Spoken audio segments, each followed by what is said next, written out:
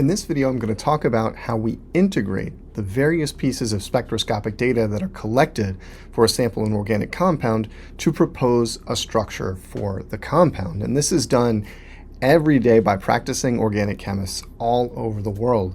As soon as we think we've made something, we need to provide evidence that we have made what we say we've made. And to do this, we collect mass spectra, elemental analysis, which tells us the molecular formula, NMR spectra and infrared spectra, and make sure that all of the evidence across all of these data sources, all these analytical methods, is consistent with the molecular structure we're proposing. So in this video, I'm going to show you one particular example of that. In class, we're going to practice a lot more with this skill because it absolutely is a skill that demands that you think about kind of a lot of things at once. And as we've talked about with all the individual analytical methods, go down a lot of roads and entertain a lot of possibilities that may or may not turn out to pan out. And so this is a process that requires a lot of probabilistic thinking. There's a lot of uncertainty involved. There's a lot of going down roads and then backing out. It's a pretty involved process, mentally speaking, but one that has huge rewards and is really and truly scientific in that we're building an argument out of analytical experimental data. All right. Each spectrum, each analytical method provides one piece of the puzzle of organic structure, and we get particular types of information out of each type of spectrum, right? For example, with the mass spectrum, we get the molecular weight, and we may get information about structure from the natures of fragments implied by the mass spectrum. From the infrared, we get information about functional groups and the particular types of bonds found in the sample. From the carbon NMR, we also get functional group information that should be redundant to some extent with the infrared. We need to see evidence of the same functional groups in the carbon and infrared, and we also get information about the number of inequivalent sets of carbon atoms, which could point to symmetry and that kind of thing. And from the proton NMR, we also get information about that symmetry in the protons now, in the hydrogens, as well as information about how things are actually connected and functional group information that, again, should be consistent with the carbon NMR and the infrared spectra. So each of these taken together, the full set of all four pieces of data should all point toward a particular molecular structure, and we're going to look at the different types of spectra for different types of information.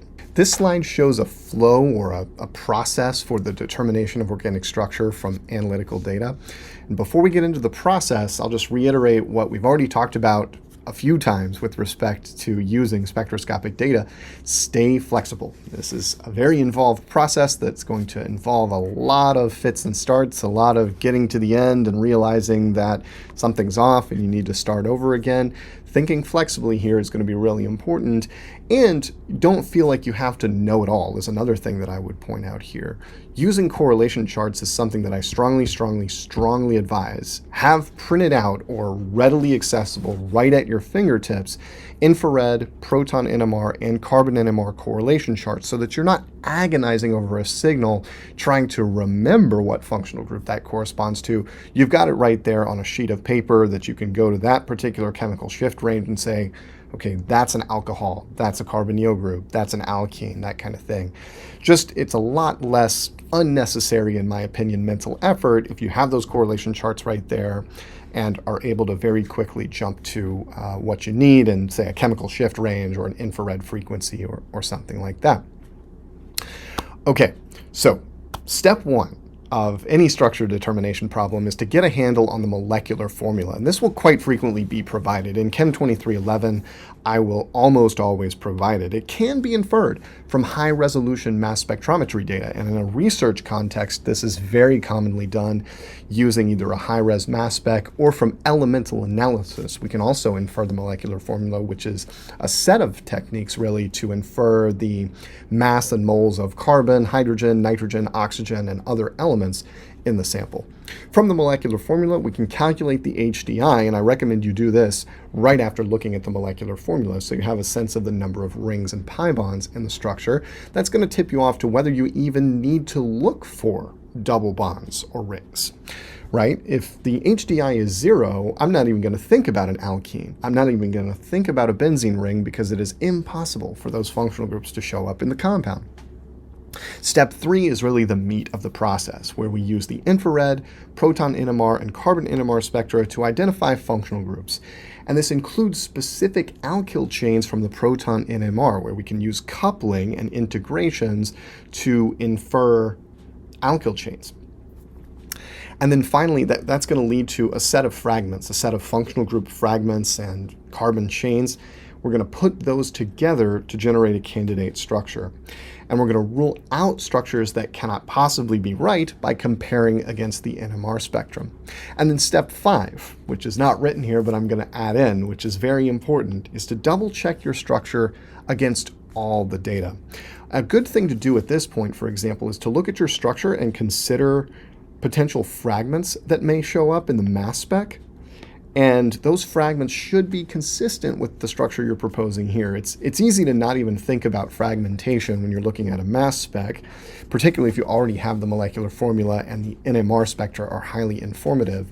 But going back and double checking the mass spectrum to convince yourself that, hey, this fragment makes sense given the structure I've proposed here in step 4 is a good way to guarantee that you've come down to the best structure, one that's consistent with all the evidence, not just the NMR, but also the mass spec and infrared spectra. In the remainder of this video, I want to show you an example where we walk through these different analytical methods and come to a determination of the structure of the sample. And here we are at step 1, the molecular formula. Now, I'm not going to belabor this point too much with the molecular formula because this will almost always be provided. But there is a quirk in this particular mass spectrum that I wanted to point out. The molecular formula here is C13H18O2, and this could be inferred from high-resolution mass spec data where we have multiple digits of mass past the decimal. We're beyond whole numbers, and this is common for analytical chemists to use, for example, very high-resolution mass spectrometry. But if you look at the peak that appears to be the molecular ion peak, it's actually not at the right molar mass. It appears at a molar mass of 203 rather than 204 grams per mole. And this corresponds to the loss of a hydrogen atom from the structure. This is going to end up being consistent with our final proposed structure and something that we can loop back to after we've looked at other spectra associated with this compound and realize, oh yeah, this is actually going to make sense. So we're going to come back to this later, the fact that the sample apparently very, very easily can lose a hydrogen atom to generate an ion with a mass of 203. For the time being, though, we've got the molecular formula. This will frequently just be given. And at this point, we can calculate the hydrogen deficiency index. And for this compound, that's 13 times 2 plus 2. That's 28 minus 18 divided by 2, which is equal to 5. Now, what does this tell me? Well, at this point, 5 is a pretty high number. That suggests potentially the presence of a benzene ring. That would account for 4 degrees of unsaturation, maybe a carbonyl group, maybe multiple carbonyl groups, maybe both an aromatic ring and a carbonyl group, which would add up to 5 degrees of unsaturation. So nothing concrete yet. I'm just having thoughts. Neurons are firing, right? This is a large number of degrees of unsaturation. I'm thinking about double bonds, triple bonds, benzene rings, carbonyl groups, so on and so forth. Next, let's move to the infrared and NMR spectra and start looking for functional groups. The first thing that jumps out at me on the infrared spectrum is this massive peak in the middle around 1700 wave numbers. That is a dead giveaway for a carbonyl group. This is going to account for one of our degrees of unsaturation as well. So that's definitely a nice to have. We can also notice that there's quite a bit of bowing going on out here way past 3000. That's reminiscent of a hydroxyl group, and we'll develop additional evidence for a hydroxyl group when we look at the proton and carbon NMR spectra.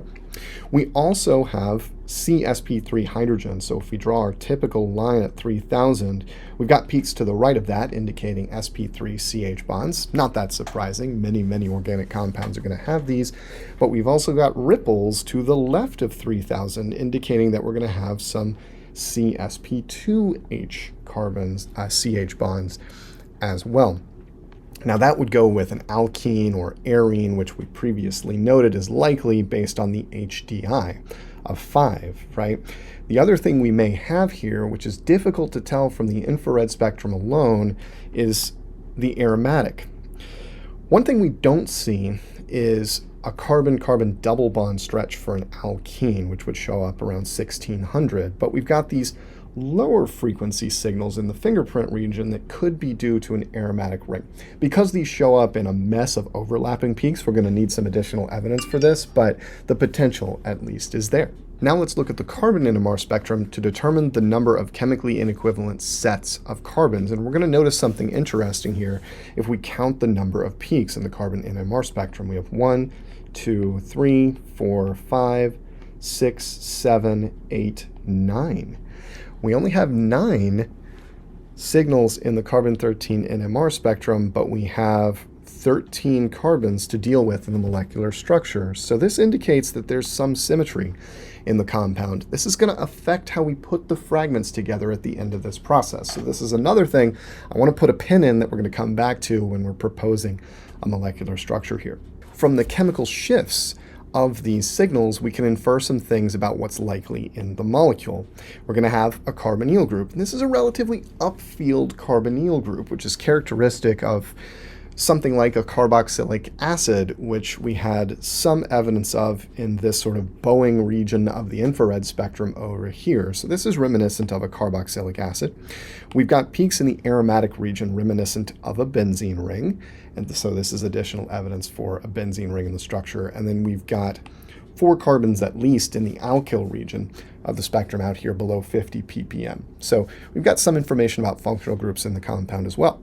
Finally, let's take a look at the proton NMR spectrum, which is going to keep building our momentum based on some of the conclusions we've already started to make and give us specific information about connectivity. For example, for those carbons that show up in the alkyl region, we'll be able to see how things are connected to each other.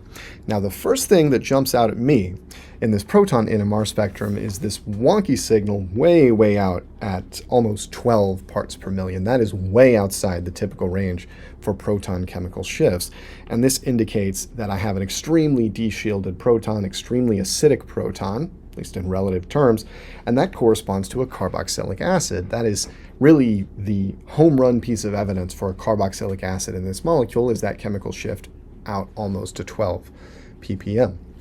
We've got a set of signals between 6 and 8, right around 7 ppm, and these are more evidence of an aromatic. Really, again, slam dunk evidence that there's a benzene ring in the structure.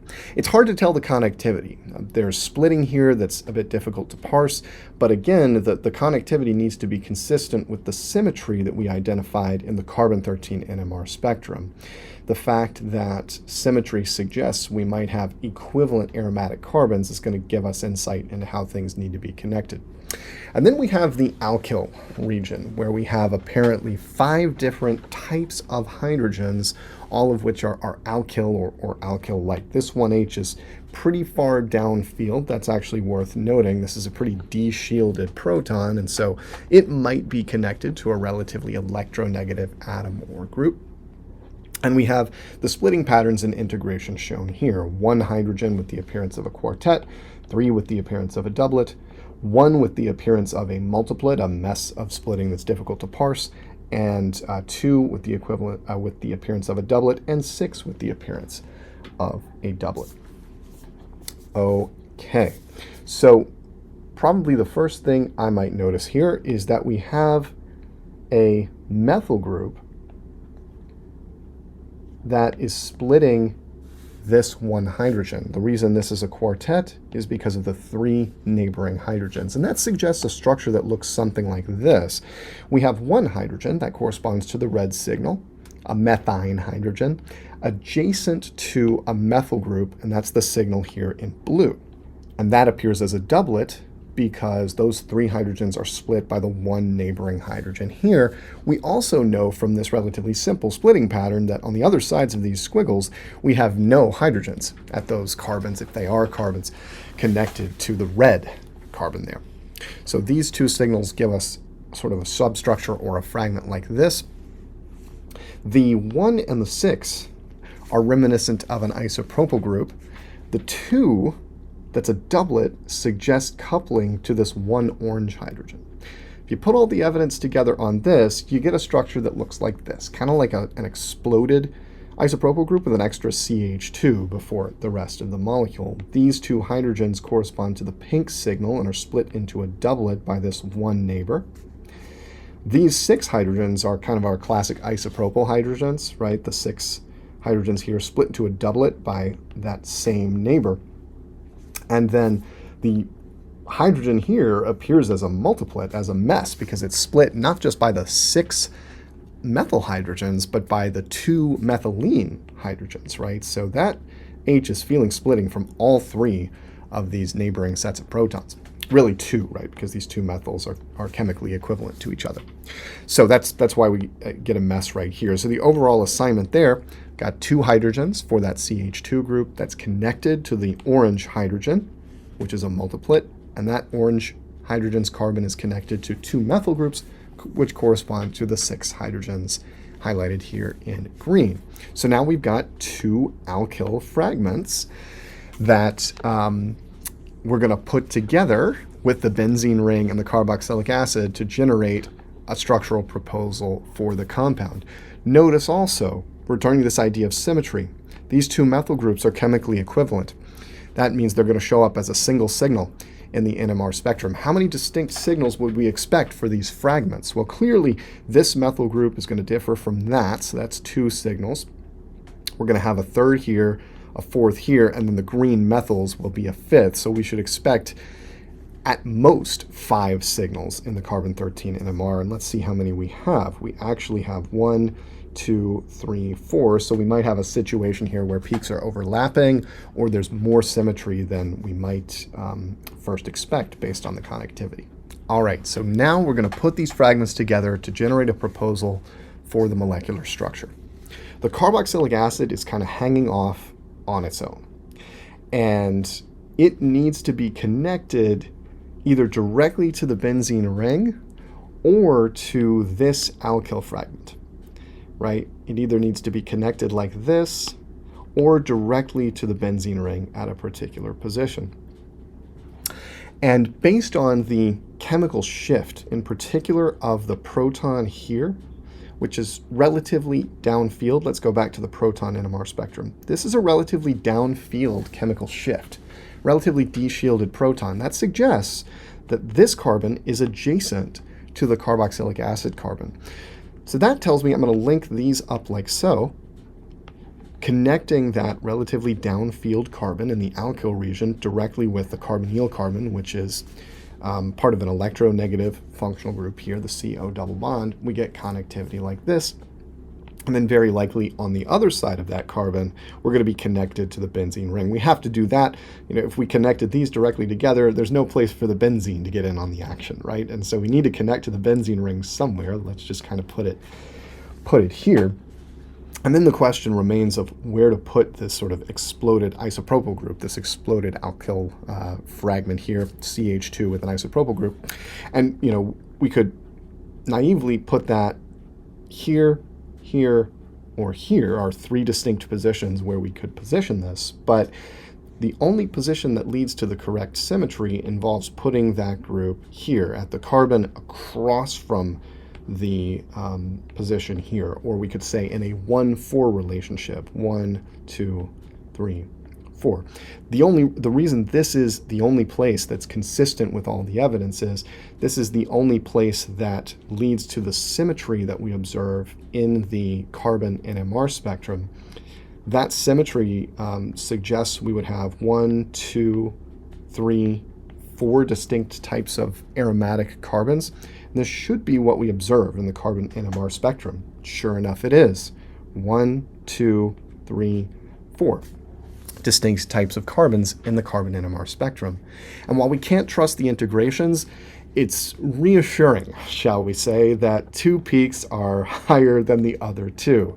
The 2 higher peaks, roughly speaking, are going to correspond to these chemically equivalent sets, where we have 2 equivalent carbons here, 2 equivalent carbons here, and the lower peak heights correspond to this carbon, which is unique, and this carbon, which is unique at another chemical shift. So only putting the groups across from each other like this in the benzene ring leads to the expected number of signals and the observed number of signals in the carbon-13 NMR spectrum.